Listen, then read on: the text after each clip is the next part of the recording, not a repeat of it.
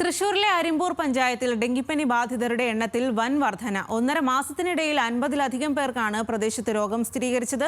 അരിമ്പൂരിൽ പ്രതിരോധ പ്രവർത്തനങ്ങൾ ഊർജിതമാക്കിയതായും ജനങ്ങൾ കർശന ജാഗ്രത പാലിക്കണമെന്നും ആരോഗ്യവകുപ്പ് അധികൃതർ അറിയിച്ചു. മഴക്കാലം കനത്തതോടെയാണ് അരിമ്പൂർ പഞ്ചായത്തിലൊട്ടാകെ വ്യാപകമായി ഡെങ്കിപ്പനി കേസുകൾ റിപ്പോർട്ട് ചെയ്തു തുടങ്ങിയത്. പഞ്ചായത്തിലെ 6-9 വാർഡുകളിലാണ് കൂടുതൽ പേർക്കും അസുഖം സ്ഥിരീകരിച്ചത്. ഇവരിലേറെ പേർക്കും രോഗബാധയുണ്ടായത് പഞ്ചായത്തിന് പുറത്ത് നിന്നാണെന്നാണ് ആരോഗ്യവകുപ്പ് അധികൃതർ നൽകുന്ന വിശദീകരണം. നമുക്ക് അരിമ്പൂർ പഞ്ചായത്തിൽ ഇപ്പോൾ നിലവിൽ 14ഓളം ആക്റ്റീവ് ഡെങ്കു കേസുകൾ റിപ്പോർട്ട് ചെയ്യപ്പെട്ടിട്ടുണ്ട്. ഇതിൽ പക്ഷേ ആശങ്കപ്പെടേണ്ട ആവശ്യമില്ല നമുക്ക്.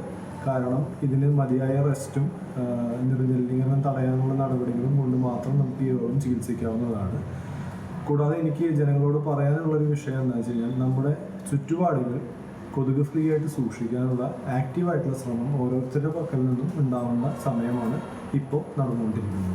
നമ്മുടെ ചുറ്റുവട്ടം വെള്ളം കെട്ടി നിൽക്കുന്ന സാഹചര്യം ഉണ്ടെങ്കിൽ, കാട് പിടിച്ച സാഹചര്യം ഉണ്ടെങ്കിൽ, അതുപോലെ കൊതുകുകൾക്ക് പ്രചരണം നടത്താനുള്ള സാഹചര്യങ്ങൾ നിലവിലുണ്ടെങ്കിൽ അതെല്ലാം ത്വരിതഗതിയിൽ വൃത്തിയാക്കി അവനവൻ്റെയും ബാക്കി നമ്മുടെ ചുറ്റുവട്ടമുള്ള ആൾക്കാരുടെയും ആരോഗ്യം സംരക്ഷിക്കാനുള്ള നടപടികൾ എല്ലാവരും സത്വരമായി കൈക്കൊള്ളുന്നതാണ്. 1.5 മാസത്തിനിടയിൽ അരിമ്പൂരിൽ മാത്രം 50-ലധികം പേർക്കാണ് രോഗം ബാധിച്ച് ചികിത്സ തേടിയത്.